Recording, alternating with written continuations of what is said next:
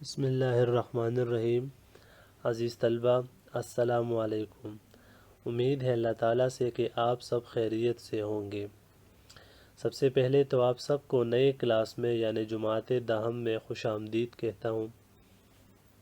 دوسری بات یہ کہ آپ لوگوں کی اسکرین پر آپ کو جو کتاب نظر آ رہی ہے یہ جماعت داہم کی اردو کی نئی کتاب ہے، تو آپ سب کی خدمت میں عرض ہے کہ آپ سب اپنے لیے یہ کتاب خریدیں اور اس کے ساتھ ساتھ اپنے لیے ایک کاپی بھی خریدیں تاکہ اس کاپی میں آپ مشکل الفاظ اور مشقی سوالات وغیرہ نوٹ کر سکیں۔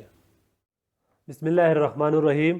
عزیز طلبہ، السلام علیکم۔ امید ہے اللہ تعالیٰ سے کہ آپ سب خیریت سے ہوں گے۔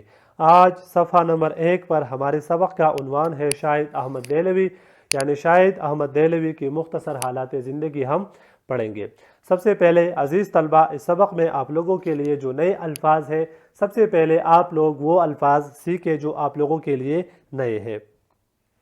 اس سبق میں آپ لوگوں کے لیے نئے الفاظ یہ ہے: نئے الفاظ معانی، ماہنامہ، ہر مہینے شائع ہونے والا رسالہ۔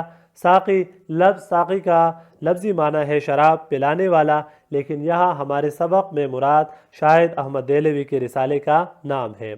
ڈیپو، ڈیپو گودام کو کہتے ہیں، سٹور کو بھی کہتے ہیں۔ متعارف، مشہور، معروف۔ انجمن، محفل، مجلس۔ جریدہ، اخبار۔ گلڈ، گلڈ انگریزی زبان کا لفظ ہے، اس کا مطلب ہے ہم پیشہ لوگوں کی انجمن۔ سپروائزر، نگران۔ ذی علم، علم رکھنے والا۔ امین، امانت دار۔ مقالہ، تحریر کو کہتے ہیں، یا کسی موضوع پر علمی ادبی تحریر یا کسی اور نوعیت کا تفصیلی مضمون۔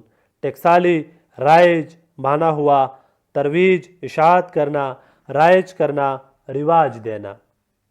اب اس کے بعد ہم باقاعدہ اپنے سبق کی طرف آئیں گے۔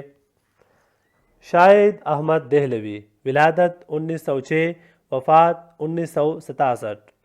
شاہد احمد دہلوی مولوی نذیر احمد کے پوتے اور مولوی بشیر الدین کے بیٹے تھے۔ انہوں نے ابتدائی تعلیم حیدرآباد سے حاصل کی۔ دلی یونیورسٹی سے فارسی میں ایم اے کیا۔ تعلیم مکمل کرنے کے بعد ماہنامہ ساقی جاری کیا اور اسی نام سے ایک بک ڈیپو بھی قائم کیا۔ عزیز طلبہ، اس سے پہلے ہم پڑھ چکے کہ ماہنامہ اس رسالے کو کہتے ہیں جو ہر مہینے شائع ہوتا ہے، یعنی شاہد احمد دہلوی نے ایک رسالہ جاری کیا اور اس رسالے کا نام تھا ساقی، اور اسی نام سے ایک بک ڈیپو بھی قائم کیا۔ بک ڈیپو یعنی بک سٹور، یعنی اسی نام سے شاہد احمد دہلوی نے ایک بک سٹور بھی قائم کیا۔ اس رسالے نے بے شمار نئے لکھنے والوں کو متعارف کرایا اور ان کی حوصلہ افزائی کی۔ اس رسالے کی وجہ سے بے شمار نئے لکھنے والے سامنے آ گئے، مشہور ہو گئے، معروف ہو گئے، لوگوں نے ان کو جانا پہچانا اور ان کی حوصلہ افزائی ہو گئی۔ تقسیم ہند کے بعد پاکستان چلے آئے اور کراچی سے اپنا رسالہ جاری کیا۔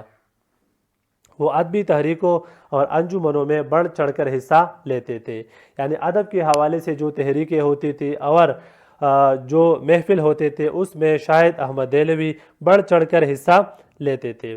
انہوں نے انجمن ادبی جرائد پاکستان بنائی۔ جرائد جمع ہے، جریدہ واحد ہے، جریدہ اخبار۔ شاعروں اور ادیبوں کے حقوق کے تحفظ کے لیے رائٹرز گلڈ کے ضمن میں نمایاں خدمات انجام دی۔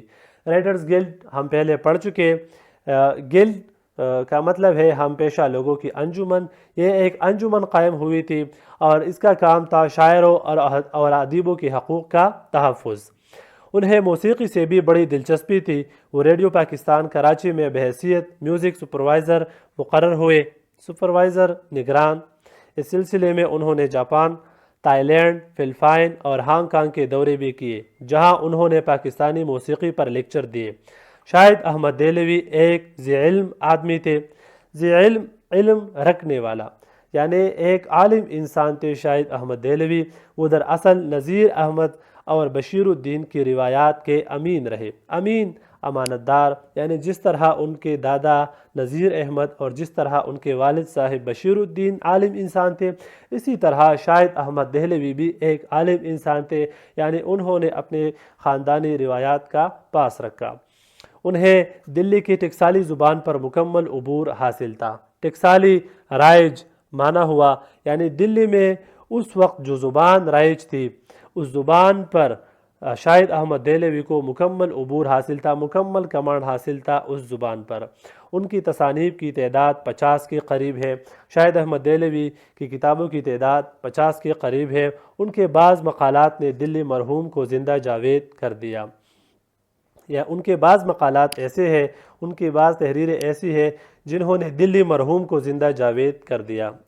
مقالہ اس سے پہلے ہم پڑھ چکے، تحریر کو کہتے ہیں یا کسی موضوع پر علمی ادبی تحریر یا کسی اور نوعیت کا تفصیلی مضمون، یعنی تفصیلی مضمون، تفصیلی تحریر کو مقالہ کہتے ہیں۔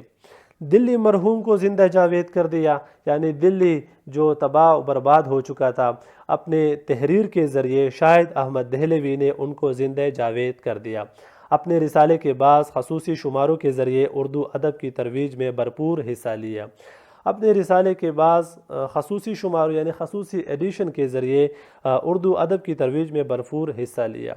ترویج، اشاعت کرنا، یعنی اپنے رسالے کے ذریعے اردو کی اشاعت کی، اردو کو مشہور کیا، اردو کی ترقی میں اپنا کردار ادا کیا۔ ان کی وفات کراچی میں ہوئی اور وہی دفن ہوئے۔